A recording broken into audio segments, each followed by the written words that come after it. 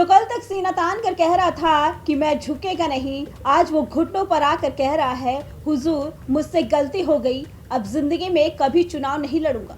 जी हाँ, पश्चिम बंगाल की राजनीति से इस वक्त की सबसे सनसनीखेज और बड़ी खबर, जो जहांगीर खुद को फाल्टा का पुष्पा बता रहा था, आज आईपीएस राज्यपाल शर्मा के खौफ और मुख्यमंत्री शुभेंदु अधिकारी के एक्शन के सामने उस पुष्पा का पूरा गुरूर हवा हो चुका है।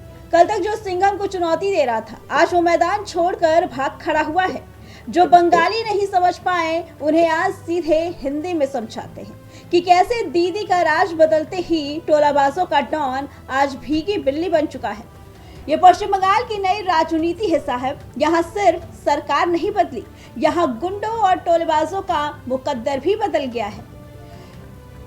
याद करिए कुछ दिन पहले की वो तस्वीरें, जब यही जहांगीर कैमरे के सामने छाती ठोक कर कह रहा था कि अगर आईपीएस राज्यपाल शर्मा सिंघम हैं तो मैं पुष्पा हूँ, झुकूंगा नहीं।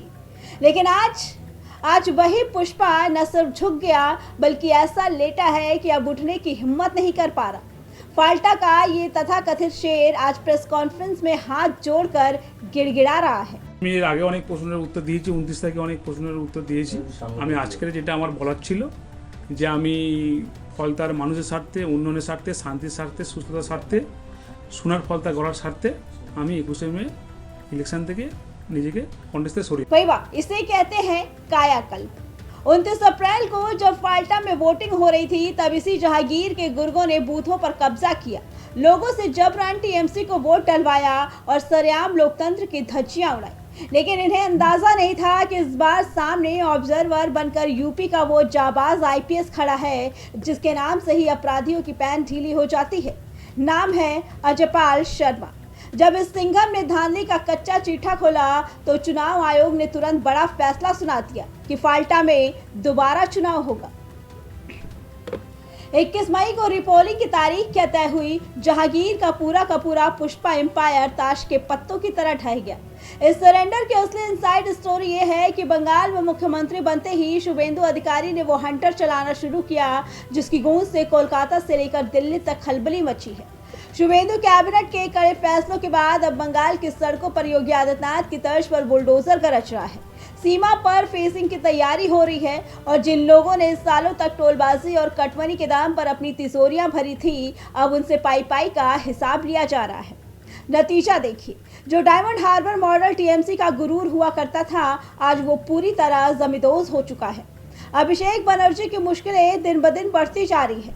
हालत यह है कि खुद टीएमसी के अंदर खाने से बगावत के सुर उठ रहे हैं और अब तो उनके अपने खास सिपहसालार जहांगीर ने भी शुभेंदु अधिकारी के सामने घुटने टेक कर अभिषेक बनर्जी की पीठ में छुरा घोंप दिया। जो पुष्पा कल तक आईपीएस राज्यपाल शर्मा को देख लेने की धमकी दे रहा था, आज वो शुभेंदु अधिकारी के विकास कार्यों के कसीदे पढ़ रहा है। डर इसे ही कहते हैं, कानून का इकबाल इसी को कहते हैं। 21 मई को फाल्टा में दोबारा वोट डाले जाएंगे और 24 मई को दूध का दूध और पानी का पानी हो जाएगा। लेकिन मैदान सजने से पहले ही टीएमसी का ये सिपाही हथियार डाल चुका है और इस पुष्पा के सरेंडर पर और बंगाल में चल रहे हैं इस बुलडोजर राज पर आपकी क्या राय है? आपको क्या लगता है कि बंगाल से अब टोलबाजी हमेशा के लिए खत्म हो जाएगी? अपने कमेंट हमें जरूर बताइए। Bureau report, prime TV.